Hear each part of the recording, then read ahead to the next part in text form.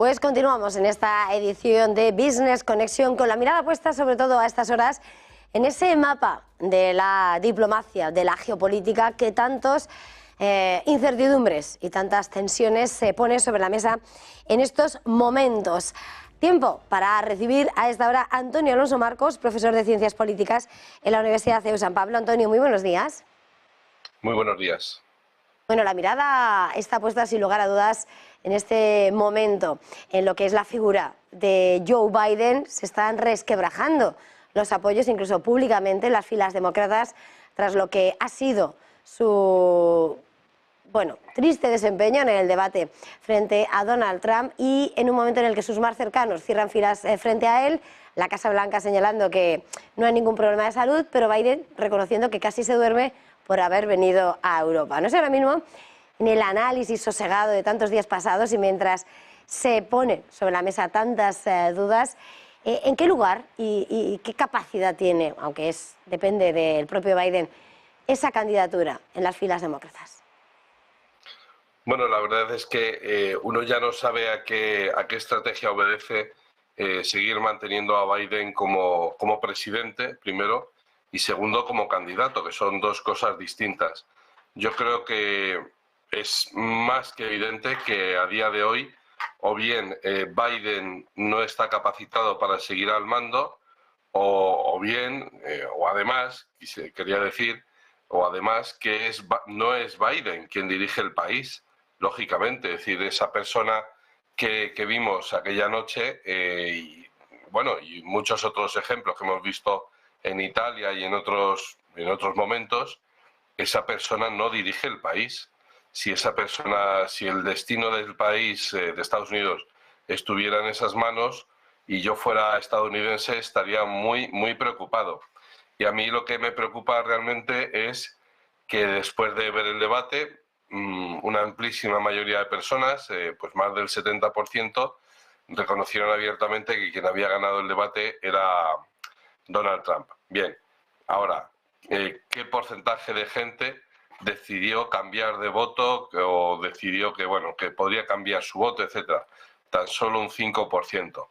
Mi preocupación es esa, ¿no? Que es una sociedad muy polarizada, muy fragmentada, en el sentido de que está dividida en dos grandes bloques, eso sí es verdad, pero son dos bloques pétreos, ¿no? Es decir, no hay un intercambio de votos, no hay un pase de votos de un lado a otro, por muy evidente que sea el deterioro en la salud del presidente, ¿no? Por muy evidente que tu candidato no es el más idóneo, no es el mejor de las filas demócratas y tampoco es el mejor para estar ahora mismo ocupando ese cargo, pues da absolutamente igual, ¿no? Dice, yo voy a apoyar a este candidato sí o sí siempre, como decían en Italia, aunque sea una mona vestida de ser humano, pues da igual, yo le voy a seguir votando porque es mi candidato, es el candidato de mi partido y ya está, eso es lo único que me vale.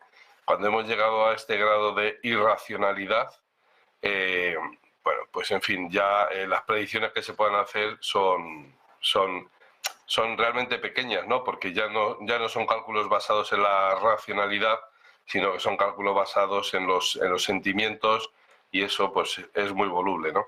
De tal manera que si no se han puesto ya en marcha esos mecanismos para aplicar la 25ª enmienda, ¿no? Por la cual la vicepresidenta pasaría a asumir los roles, el papel de presidente de Estados Unidos, es algo bastante sencillo, la verdad, ¿no?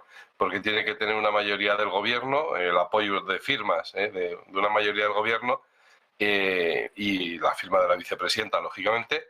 Es decir, eso es algo realmente sencillo, no se tiene que poner de acuerdo con el Partido Republicano, sino que simplemente tiene que convencer a una serie de miembros del gobierno. ¿Qué es lo que sucede? Que Kamala Harris no va a convencer a nadie.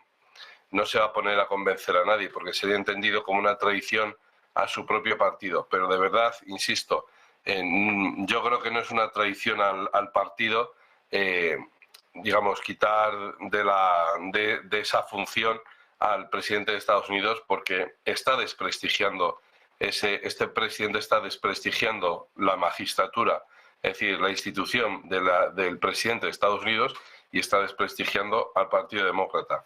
¿Qué es lo que sucede? Que Kamala Harris, intuyo, no quiere aparecer como la traidora que envió al banquillo al presidente a 5 meses de las elecciones.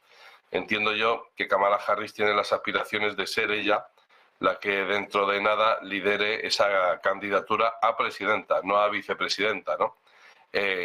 Si a día de hoy no le han quitado de en medio como presidente y como candidato, ya digo, es porque hay una serie de cálculos que dicen, o una serie de encuestas, si se quiere, que les dicen que si lo mantienen aún tienen alguna posibilidad, ¿no? Es decir, Biden no se retira, no porque no tenga una buena jubilación, porque ya la tiene, es decir, tiene 81 años y entonces, pues bueno, lo poco o lo mucho que le quede por vivir en este mundo, pues yo creo que el riñón ya lo tiene bastante bien cubierto, sino que es una cuestión de poder. Y aquí entran en juego otras opiniones de otros expertos que aseguran que no son tanto las ambiciones de Biden, ni las ambiciones de Kamala Harris, ni tanto del Partido Demócrata, sino las ambiciones del entorno, de la familia, del entorno de Joe Biden. Esto ya ha pasado en otro momento de la historia, en los que la gerontocracia, ¿verdad?, a esos líderes pues que ya de una edad avanzada se han mantenido en el poder hasta prácticamente su muerte. Bueno, pues se sabe que no eran ellos los que realmente controlaban el poder, sino su entorno. Y ahí habría que señalar a Jill Biden, que es la que ha salido de manera, yo creo que dejándole peor todavía al pobre Biden, ¿no? Jill Biden, después del debate, le ayuda a bajar los escalones, le dice: fantástico, Joe, has sido capaz de responder a todas las preguntas. Y entonces da ella un meeting. En vez de dar un meeting Joe Biden, que no estaba para dar mítines después del debate, pues lo da ella, Jill Biden, ¿no? Y así sucesivamente una serie de intervenciones que ha tenido. Hunter Biden igual, tiene tantas causas abiertas que le interesa seguir manteniendo a su padre en el poder, sea lo que eso signifique, digo, de repercusión para la salud del padre, y luego algún antiguo asesor, que es incluso más mayor que Biden, pero que al parecer también ejerce esa cierta influencia en la familia, ¿no? Entonces, tenemos que, por un lado, a unos no quieren abandonar la presidencia y otros entienden que no es bueno para el Partido Demócrata que, digamos, que se rinda, ¿no? Que, en fin, pero porque se entiende que el presidente de Estados Unidos nunca debe rendirse. Bueno, pues esto es un debate que a lo mejor tienen que plantearse dentro de la presidencia de Estados Unidos, tienen que plantearse dentro de los análisis que se hacen en Estados Unidos, así como se planteó en el seno de la Iglesia Católica que un papa nunca puede dimitir. Pues mira, pues hubo uno que dimitió y no era un papa malo precisamente, ¿no?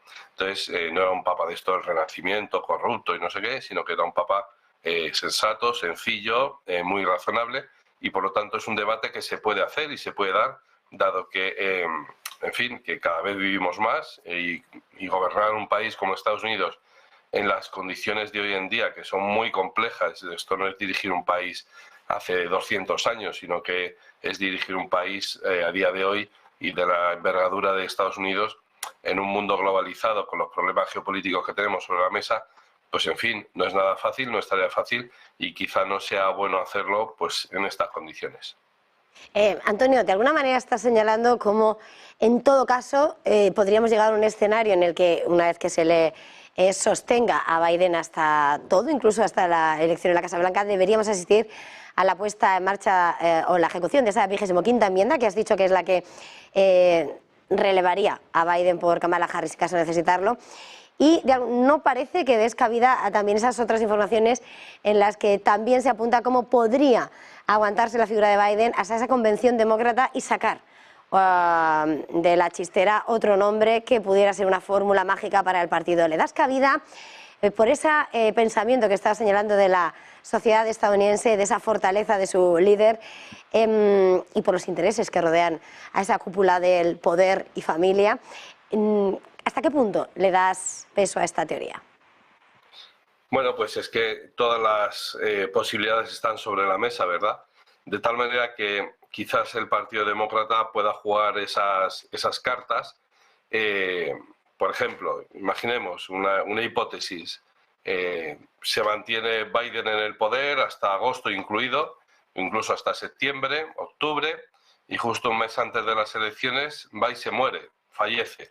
Eso provocaría una oleada de, pues eso, ¿no? De, digamos, de compasión y de cercanía hacia el Partido Demócrata, de solidaridad con el Partido Demócrata, etcétera, etcétera. Y sería Kamala Harris, que en ese momento sería, pues veremos lo que pasa en la convención de agosto, pero muy probablemente será la que vaya con él en el ticket, ¿no? Presidencial, como vicepresidenta, sería la candidata. Puede ser, puede ser. Y entonces se presente Kamala Harris ya, octubre, ya digo, como candidata presidencial. Pero bueno, esto es, digamos, como sería algo como muy preparado, digamos, muy casual que se diera de esa manera, ¿no? Entonces, que fallezca Biden antes de las elecciones, pues le podría dar un chance, ¿no? Una oportunidad al Partido Demócrata.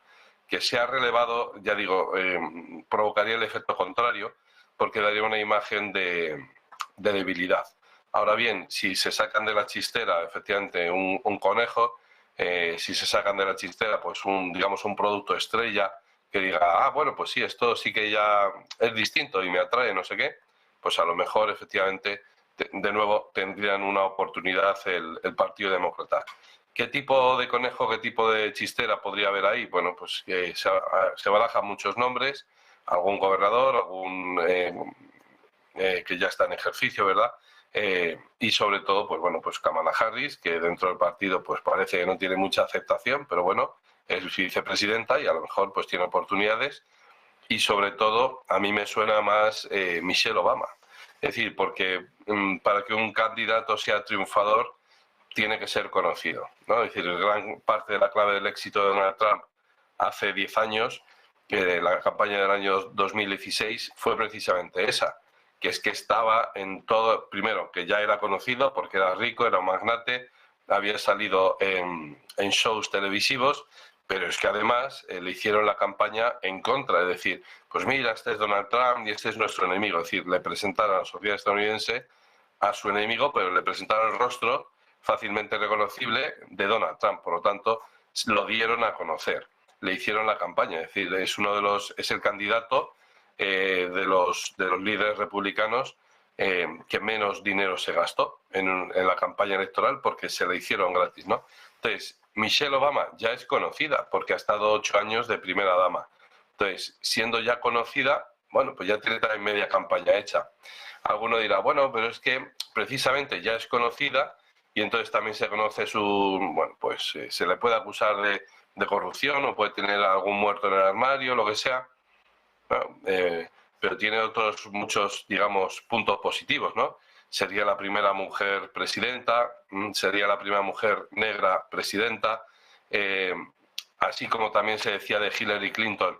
Es que Hillary Clinton pertenece al establishment y tal, pues no es esa la percepción que transmite Michelle Obama, ¿no? Efectivamente está casada con un senador, está casada con el presidente de Estados Unidos, pero no existe esa percepción de que sea del establishment, ¿no? O sea, de una minoría rica del 1% de la población de Estados Unidos que controla todo el dinero y todos los negocios de Estados Unidos, sino que transmite la sensación de, bueno, de ser del pueblo, siendo así que no es del pueblo, ya digo, que pertenece al establishment, pero la percepción que pueda tener de ella la población americana es que es guay, es cercana, es amigable y por lo tanto, pues bueno, pues puede tener una oportunidad. Ya digo, Kamala Harris transmite la percepción contraria, transmite una cierta sensación como de rechazo, mientras que Michelle Obama pues transmite, digamos, buenas vibraciones. Con eso vale, ¿eh? No hace falta que tenga un programa de gobierno muy elaborado, no, simplemente aquí en estas elecciones se va a votar no conociéndose al dedillo cuáles son las medidas que va a tomar Donald Trump o Biden para mejorar el empleo en Estados Unidos, sino que se va a votar mucho más con las tripas, con el corazón, que no con la cabeza. Eso está bastante claro. Insisto, porque la sociedad americana está muy fragmentada y muy polarizada. Eso es un peligro para ellos, pero también para el resto de Occidente, que estamos pendientes de qué es lo que está sucediendo allí, tanto en economía como en política, en seguridad internacional. Antonio, bueno, después voy a preguntarte pues, sobre algunos de esos episodios ahora mismo de esa política exterior, esas tensiones geopolíticas, pero antes quiero cruzar, porque estamos hablando, es llamativo, ¿no? Pero claro, es la primera economía del mundo de elecciones de noviembre, pero este domingo Europa respira porque el Reino Unido pasa desapercibido, descontado todo. Esas elecciones en las que, bueno, el cordón sanitario ha tenido más efecto en las filas de la extrema izquierda que en los macronistas, todo para tratar de aplacar la victoria del candidato de Le Pen, y en un momento en el que, bueno, los mercados se vigilan muy de cerca, ¿no? Cuál va a ser ese resultado en un momento en el que está claro dónde crece el voto del descontento en los extremos, en ambos extremos, en Francia. ¿Cuál es la lectura y qué podemos esperar de lo que está siendo esa alianza contra la agrupación de Le Pen? Bueno, a mí lo que me llama la atención de las elecciones del pasado domingo es que era solo la primera vuelta, es decir, todavía queda la segunda vuelta. Es decir, que ante la sospecha de una posible victoria ahora, el 7 de julio, de Le Pen o del partido de Le Pen, la agrupación de Le Pen, resulta que la extrema izquierda sale a la calle a protestar, pero no protestas pacíficas, sino muy violentas, de tal manera que incluso la tarde del domingo, antes de ya conocerse los resultados, los comerciantes de París pues pusieron tablones de madera para proteger los cristales de sus escaparates. Antes de darse a conocer los resultados, eso provocó una reacción en la población, ¿eh?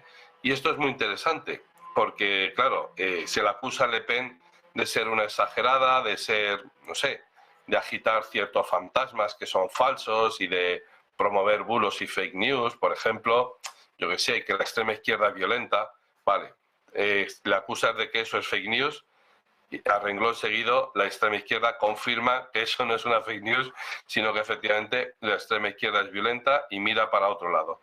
Cuando suceden este tipo de cosas, y parece que se les perdona, ¿no?, a la extrema izquierda este tipo de situaciones, de altercados, que por supuesto provoca daños económicos palpables y contables en la economía parisina, en la economía de ciertos negocios concretos, pero también en la de toda la ciudad, porque eso repercute en la imagen que se da de París y de otras ciudades a las puertas de unos Juegos Olímpicos, sin ir más lejos. Bueno, además, vamos, si hubiera ahora un atentado yihadista, pues de aquí al domingo, vamos, eso ya sería la requete confirmación de las tesis de Le Pen, de que si la inmigración, de esa vinculación con la inseguridad, etcétera, etcétera, ¿no?, del problema.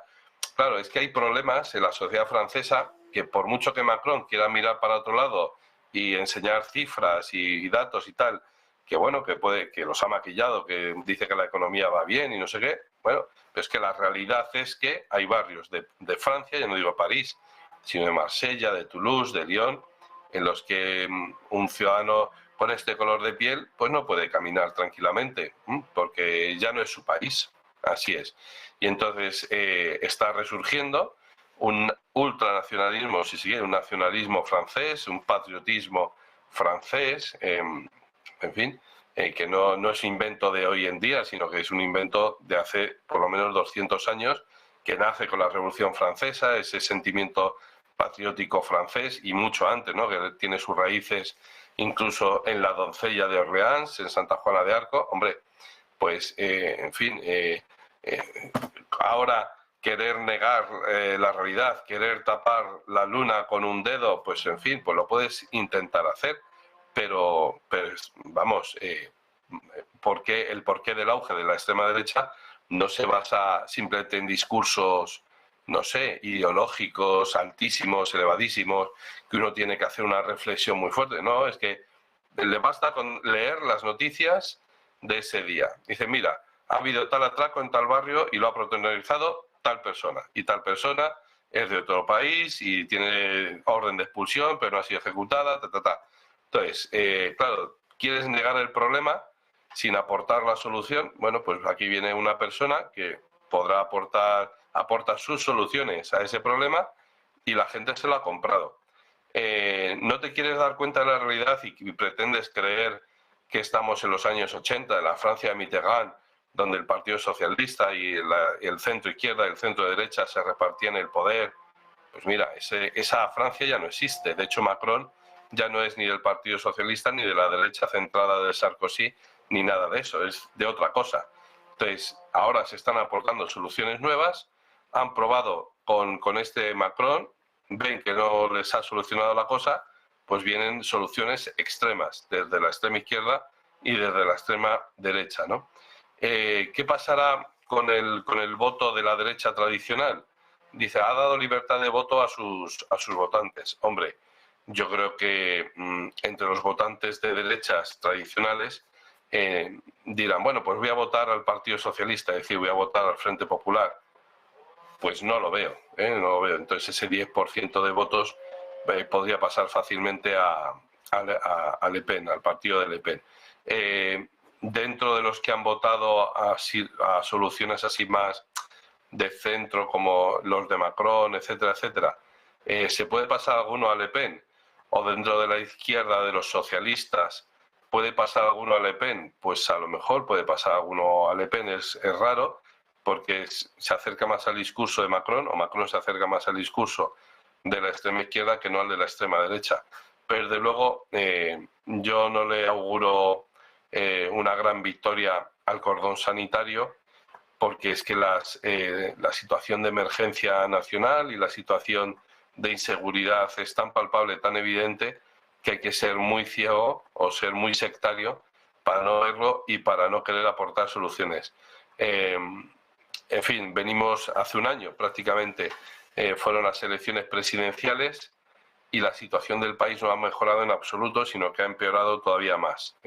Estamos a las puertas de unos Juegos Olímpicos y no parece que París se pueda decir que me siento segura, ¿no? Es decir, Francia canceló esa inauguración que iban a hacer esplendorosa ahí en el Sena.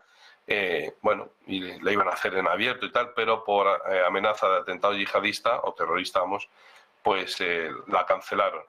Hombre, pues un país que tiene que modificar sus planes para organizar unos Juegos Olímpicos por amenaza terrorista, pues en fin, no puede decir que está garantizando la seguridad de sus ciudadanos. Cuando empiezan a propagarse, no voy a decir bulos, pero sí rumores, perdón, en las redes sociales acerca de un atentado terrorista en la noche del 10 al 11 de agosto, bueno, pues en fin, eso, si se propagan esos rumores es porque son creíbles.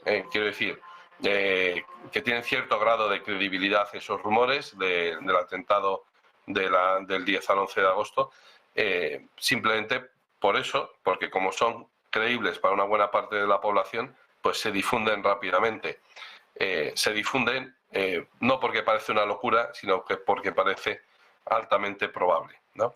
Entonces, la cuestión del cordón sanitario me parece que yo creo que es un intento, ¿no?, de frenar a esa ultraderecha de Le Pen, pero lo que va a provocar va a ser todo lo contrario. Es decir, la gente que es socialista de toda la vida, etcétera, que es de izquierda de toda la vida, pero no comparte el estar encamados con la extrema izquierda, es decir, y que ven que hay más inseguridad en las calles con la extrema izquierda en el poder, pues muy probablemente se queden en sus casas y no vayan a votar ese día, sino que vayan a votar directamente todos los demás, es decir, la derecha y la ultraderecha, y efectivamente al final Le Pen consigue una mayoría, no sé si absoluta, pero sí una mayoría más que suficiente para convencer a Macron de que tiene que tener un primer ministro del partido de Le Pen. Pues Antonio, bueno, no querría terminar sin mirar a otro punto de atención, pero el tiempo se nos va. Muchísimas gracias por este tiempo una vez más aquí en Negocios Televisión. Feliz jornada, feliz negocio. Igualmente, gracias.